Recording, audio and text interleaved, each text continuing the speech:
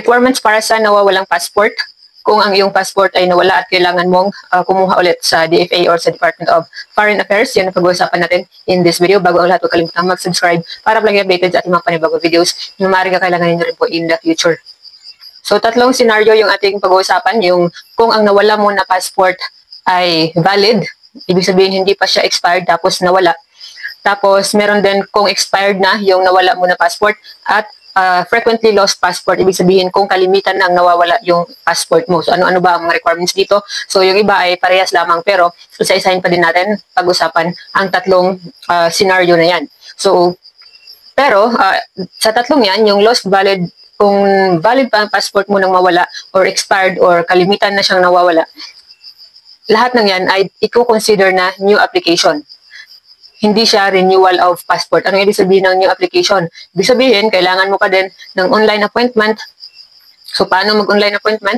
Ay magtungo lamang sa website ng DFA online appointment at mag-set ng schedule kung kailan mo gustong magpunta ng branch. So, kailangan din ng printed application form dahil nga ang tatlong scenario na napag-usapan natin ay itinuturing siya na new application. So, printed application form, kasali na yan. I-email na nila yan sa inyo pagkatapos ninyong mag-book ng appointment doon sa kanilang website. So, pagka-receive ninyo ng email, pagkatapos ninyong mag-book ay makakatanggap din kayo ng confirmation ng iyong appointment, kasali na yung resibo mo sa pagbayad at saka yung application form na mayroon na siyang fill up. So, bali ipiprint mo na lang siya. So, birth certificate din ay kailangan kung wala kang kopya or kung wala kang photocopy ng passport mo na nawala. So, kahit valid or expired siya nung mawala, kailangan mayroon kang photocopy para hindi ka na magdala ng birth certificate. Kung wala ka namang photocopy, so kailangan mo magdala ng birth certificate. So, additional requirements. So, bawat isa ay mayroong additional requirements. Kung ang nawala mo na passport ay valid pa siya, hindi pa siya expired, yung additional requirements ay police report in English, original and photocopy.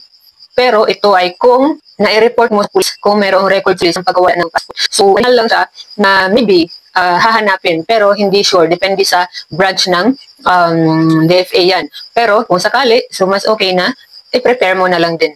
So, police report in English kung mayroon, original and photocopy. Affidavit of loss in English. Ito, sure ako na hahanapin to. Affidavit of loss na dapat English din at saka original and photocopy. Paano kumuha ng affidavit of loss? So, napakasimple lang yan. Magtungo ka lang sa kahit na saang abogado, mapa-private man or public. Yung public, mas mura yung pagpapagawa. So, sila na mismo yung gagawa ng affidavit of loss at kasali na yung pagnotaryo. So, penalty fee, yung pangatlong additional requirements, kailangan mo magbayad ng penalty fee dahil naiwala mo ang iyong passport. So, ang penalty fee na babayaran mo sa DFA ay 350 pesos.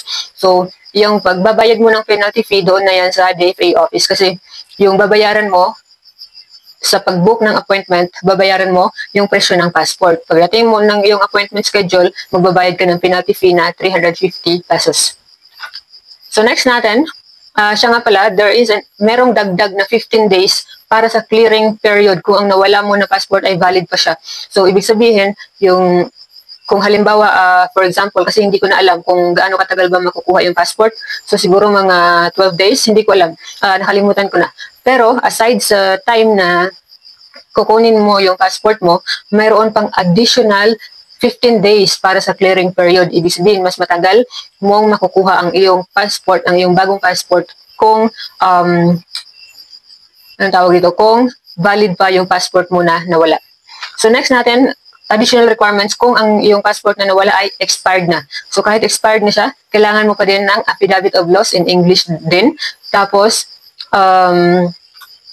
photocopy and original. Tapos, penalty fee, parehas lang, 350 pesos din yung penalty fee.